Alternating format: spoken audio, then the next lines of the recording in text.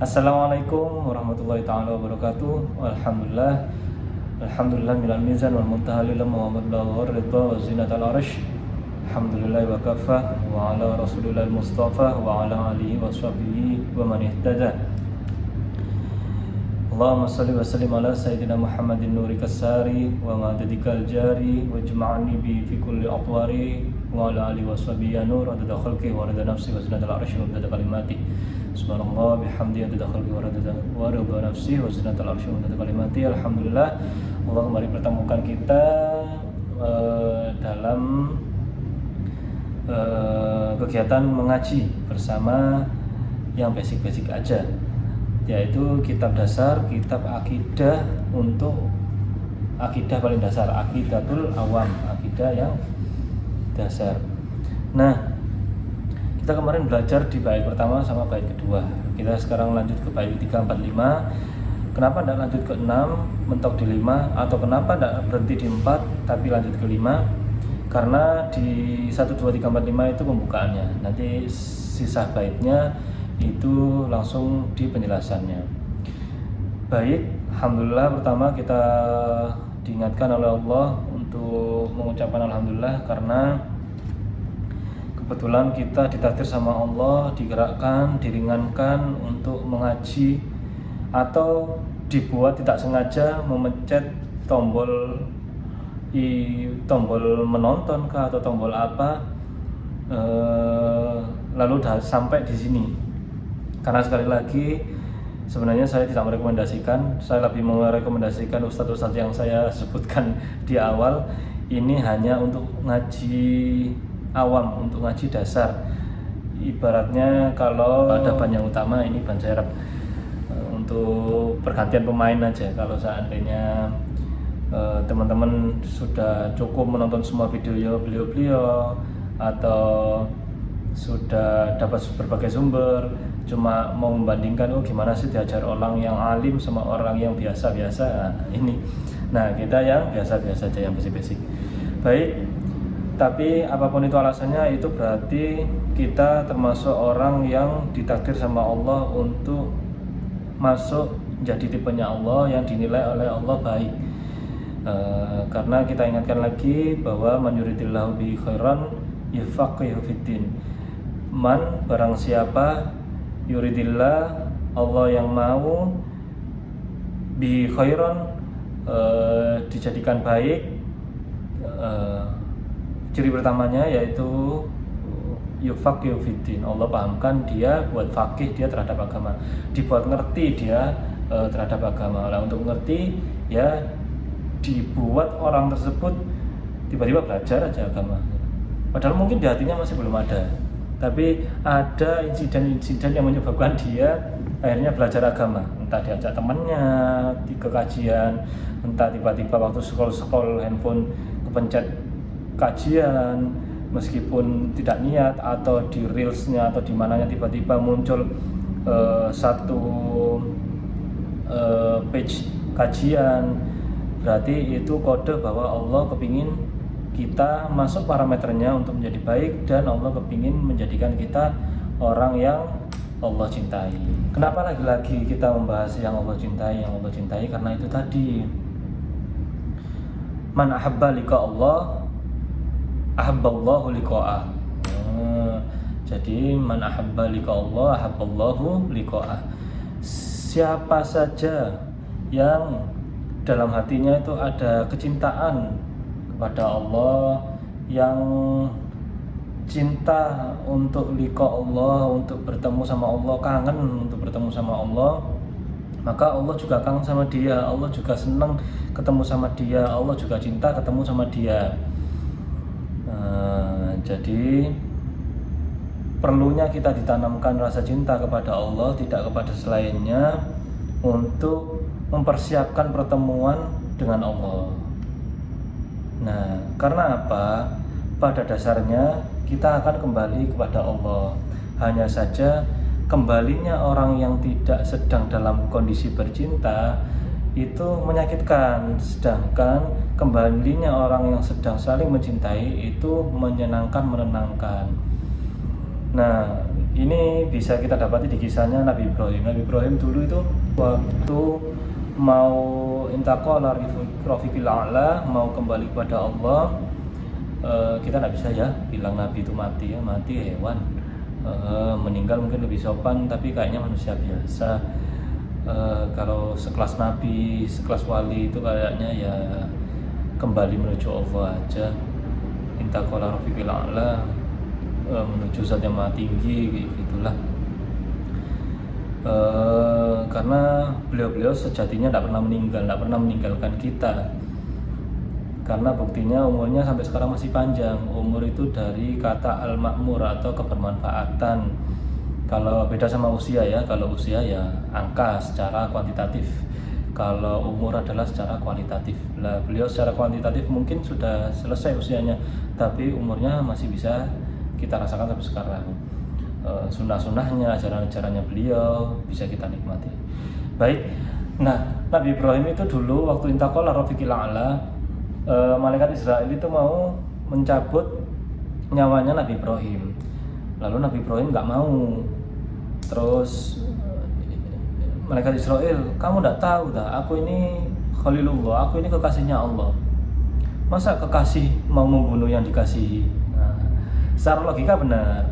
Jadi masa Allah membunuh kekasihnya, yaitu Nabi Ibrahim.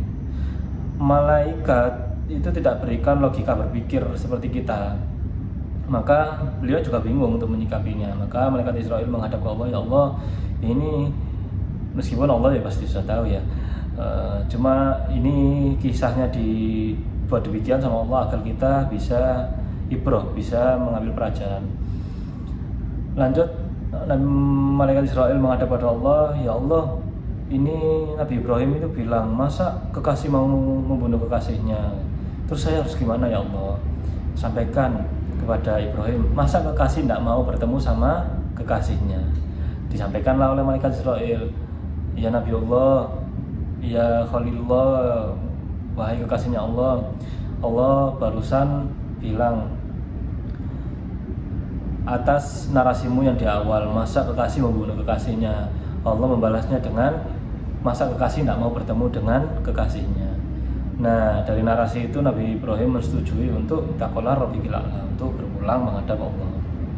Baik, kita langsung masuk ke bait yang ketiga, yaitu Tsumma salatu wassalamu sarmada ala nabi khairi man qad wahada wa alihi wa sahbihi wa man tabi' sabila dinil haqqi ghayra mubtadi'. Wa ba'du fa'lam bi wujubil ma'rifah mi wajibil lillahi ishrin nasifa. Itu sampai di bait kelima. Lalu bait ke-6-nya penutupan nada, fallahu mawjudun qadimun baqi mukhallifun lil khalqi bil itlaqi. Tapi kita langsung mohon maaf, kita hanya di bait ketiga, yaitu tsumma sholatu wassalamu sarmadan. Jadi kemudian semoga rahmat dan keselamatan Allah senantiasa limpahkan kepada an-nabiyyi khairi man qad wahada, kepada an-nabi, yaitu nabi, khairi, sebaik-baik, man qad wahada, orang yang qad wahada, yang mengesahkan Allah, yang mengumumkan bahwasanya Allah itu esa, yang meresapi bahwa Allah itu esa, yang mengesahkan Allah. Wa alihi wa sahbihi wa man tabi', dan alihi, dan kepada keluarganya, wa sahbihi, sahabat-sahabatnya, wa man tabi', dan kepada yang kita sebut tabi'in atau orang yang mengikuti atau menempuh jalannya beliau, yaitu sabila dinil khairi mubtadi, yaitu Sabil jalan itu tadi, dinil agama, hak yang benar, ghaira mubtadi, yang tidak ada mubtadinya, tidak ditambah-tambahi. Nah, jadi summa salatu wassalamu sarmada ala nabi khairu man qad wahada wa alihi washabihi wa man tabi' sabila dinil haqqi ghairu mubtadi. Kemudian semoga rahmat dan keselamatan Allah senantiasa limpahkan kepada Nabi, sebaik-baik manusia yang mengesahkan Allah, dan keluarganya, para sahabatnya, dan orang-orang yang mengikuti beliau, yaitu mengikuti menempuh jalan agama yang benar, yang hak, tanpa ditambah-tambah. Insya Allah jelas. Di sini juga dijelaskan Nabi sebaik-baiknya orang yang mengesahkan Allah, tidak ada lagi. Arahnya ini sebenarnya ke Rasulullah Muhammad SAW. Meskipun kita sebagai orang Islam ada beberapa nabi yang diwajibkan untuk kita ketahui, yaitu 25 dari berapa belas ribu, ratusan ribu nabi yang wallahu alam jumlahnya masih banyak didiskusikan oleh para ulama. Dan keluarganya Rasulullah, para sahabatnya, dan tabi'in, karena kita mengenal Rasulullah dari riwayat keluarganya Rasulullah, sahabat-sahabatnya, dan pengikut-pengikutnya yang tabi'in, yang dimana itu termasuk orang yang terdahulu atau biasa disebut salaf. Nah, kalau teman-teman mengenal salafi, ya di belakang adalah menunjukkan pengikut, yaitu salafi adalah pengikut orang-orang terdahulu. Maksudnya ya beliau-beliau semua ini, guru-guru kita dan sebagainya. Dan Ahlus Sunnah wal Jamaah adalah insya Allah semuanya adalah salafi, karena kita benar-benar mengikuti seluruhnya. Keluarganya, tidak ada keluarga dari Nabi yang kita benci. Sahabatnya, tidak ada sahabat dari Nabi yang kita benci. Tidak ada kita mengkotak-kotakkan, kita mencintai sahabat ini saja tapi tidak mencintai sahabat yang lain. Tidak, kita cinta semua sahabatnya Rasulullah. Dan ada keterangan jalan agama yang hak tanpa ditambah-tambah. Yang dimaksud di sini ditambah-tambah oleh para ulama yaitu yang di luar syariat. Jadi kalau seandainya teman-teman, kawan-kawan di lokasi tempat teman tinggal itu ada hal-hal yang mungkin dinilai ini adat, atau dinilai ini budaya, atau dinilai ini pembaruan, tapi itu tidak menentang pada syariat dan tidak menentang pada intisari kecintaan kita sama Allah. Saat melakukan itu kita mengingatnya Allah, bukan mengingat yang lain, maka itu termasuk ibadah, bukan termasuk hal yang ditambah-tambah, bukan termasuk hal yang batil. Kecuali teman-teman melakukan hal apapun saja tapi itu membuat kita malah lupa kepada Allah, fokusnya ke rame-ramenya, fokusnya ke senang-senangnya, maka itu termasuk ini hal yang ditambah-tambah.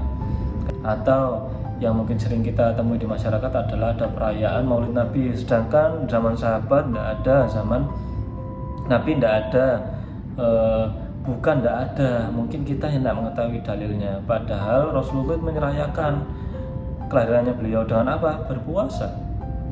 Rasulullah menyatakan bahwa Rasulullah berpuasa hari Senin karena di Senin itu kelahirannya beliau.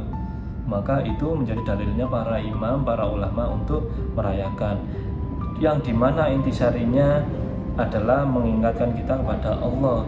Kami waktu itu di Kalimantan, di Sulawesi itu membuat pohon telur, itu kan tidak ada zaman Nabi dan lain sebagainya. Tapi intisarinya adalah mengingatkan kita kepada Rasulullahnya. Jadi itu bukan termasuk yang ditambah. Malah Rasulullah senang kalau seandainya kita bersenang-senang akan ibadah. Karena apa? Watarkul haram wajibun. Menghindarkan diri kita dari barang haram itu wajib. Maka saat kita melakukan hal-hal yang mubah atau hal-hal yang membuat kita terhindar dari barang haram. Saat kita melakukan maulid, kita tidak minum, kita tidak zina, kita tidak dan lain sebagainya, maka itu termasuk hal yang wajib, bisa dinilai dapat pahala wajib karena membuat kita lupa dan menghindar dari barang haram. Nah, yang contoh paling real jalan agama yang hak tanpa ditambah-tambah seperti umpamanya syahadat. Dari basic kita masuk Islam pasti bersyahadat. Syahadatnya ya tetap la ilaha illallah Muhammadur Rasulullah, gak perlu ada tambahan lain umpamanya Umar waliullah atau Aliul waliullah atau Abu Bakar waliullah, gak perlu. Jadi fokusnya tetap tidak usah ditambah asyhadu an la ilaha illallah wa asyhadu anna sayyidina Muhammadur Rasulullah. Sampai di sini mungkin bisa ditangkap ya arahnya kemana. Dan selanjutnya fa ba'du fa'lam bi wujubil ma'rifah wa ba'du fa'lam bi wujubil ma'rifah min wajibil lillahi isyri nasifah. Dan selanjutnya ketahuilah dengan yakin bahwa Allah itu mempunyai 20 sifat yang wajib. Nah, di luar sifat yang masyhur 20 ini juga Allah sempat banyak di Al-Quran. Allah menjelaskan bahwasanya Allah memiliki sifat adhaka wa abka, Allah yang membuat kita tertawa dan menangis.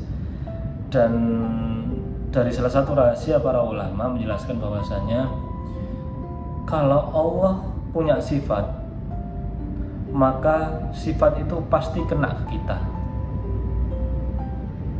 Untuk apa? Untuk lita'aruf, untuk Allah memperkenalkan diri kepada kita. Fokusnya apa setelah kita kenal? Agar kita sesuai dalam bersyahadat, yaitu bersaksi. Benar-benar kita menyaksikan bahwa la ilaha illallah Muhammadur Rasulullah, bahwa tiada Tuhan selain Allah dan Nabi Muhammad itu benar-benar Rasulnya Allah. Contohnya, pertama kita dalam berislam bersyahadat asyhadu an la ilaha illallah wa asyhadu anna Muhammadar Rasulullah. Saya bersaksi, saya benar-benar bersaksi nih, menyaksikan nih bahwasanya tiada Tuhan selain Allah dan Nabi Muhammad adalah Rasulullah.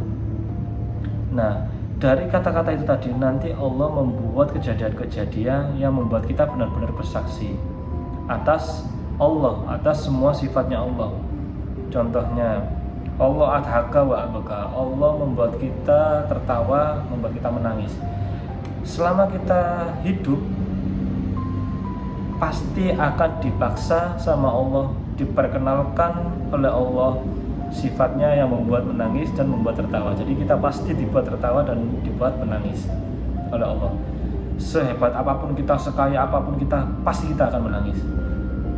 Senyantai apapun kita, pasti kita menangis. Atau sesedih apapun kita, sesulit apapun kehidupan dan lain sebagainya, pasti sempat ditakdir ketawa. Pun kalau seandainya sifat yang lain, Allah Ar-Razzaq umumnya, Allah pasti kita dapat rezeki. Atau Allah Al-Ghafur, Allah Maha Pengampun, pasti kita dibuat oleh Allah melakukan hal yang akhirnya mewujudkan sifat pengampunnya Allah, yaitu apa? Berbuat dosa sehingga Allah mengampuni kita. Kalau kita tidak ditakdir berbuat dosa, maka kita tidak akan kenal sifatnya Allah yang Maha Pengampun. Ada suatu kisah, ini sebagai penutup dan pelajaran buat kita agar kita tidak menghakimi dan tidak sok tahu dengan sifatnya Allah. Ada salah satu orang alim sekali, beliau ahli sujud, ahli sholat. Sewaktu-waktu beliau sujud, lalu tiba-tiba memang ada anak, bukan anak ya, sudah besar, sudah remaja, agak kurang punya adab. Saat orang tersebut sujud, diinjak kepalanya oleh anak muda tadi. Lalu orang itu bersumpah, wallahi, Allah tidak akan mengampuni kamu. Aku sedang sujud ke Allah, sedangkan kau injak kepalaku.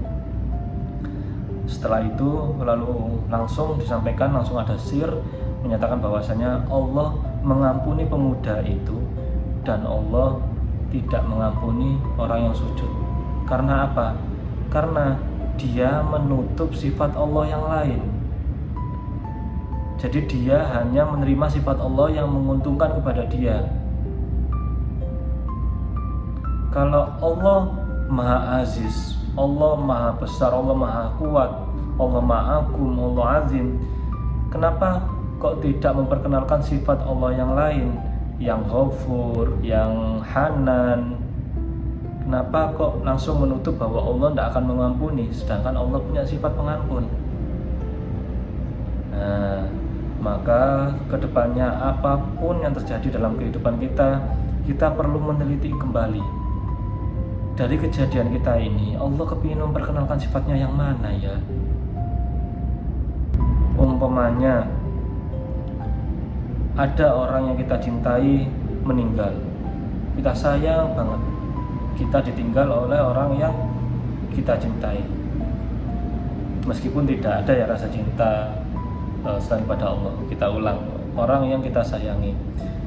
Maka agar kita kenal bahwasannya selain Allah semuanya mati, karena Allah yang maha hidup. Atau kita diuji dengan kelaparan, dengan kekurangan, dengan apapun, agar kita paham bahwasanya kita tidak benar-benar punya apa-apa, yang punya cuma Allah. Dan banyak hal yang lainnya. Tinggal kita bertanya, Allah mau mengenalkan dirinya, sifatnya yang apa ya yang mau dikenalkan ke aku ya.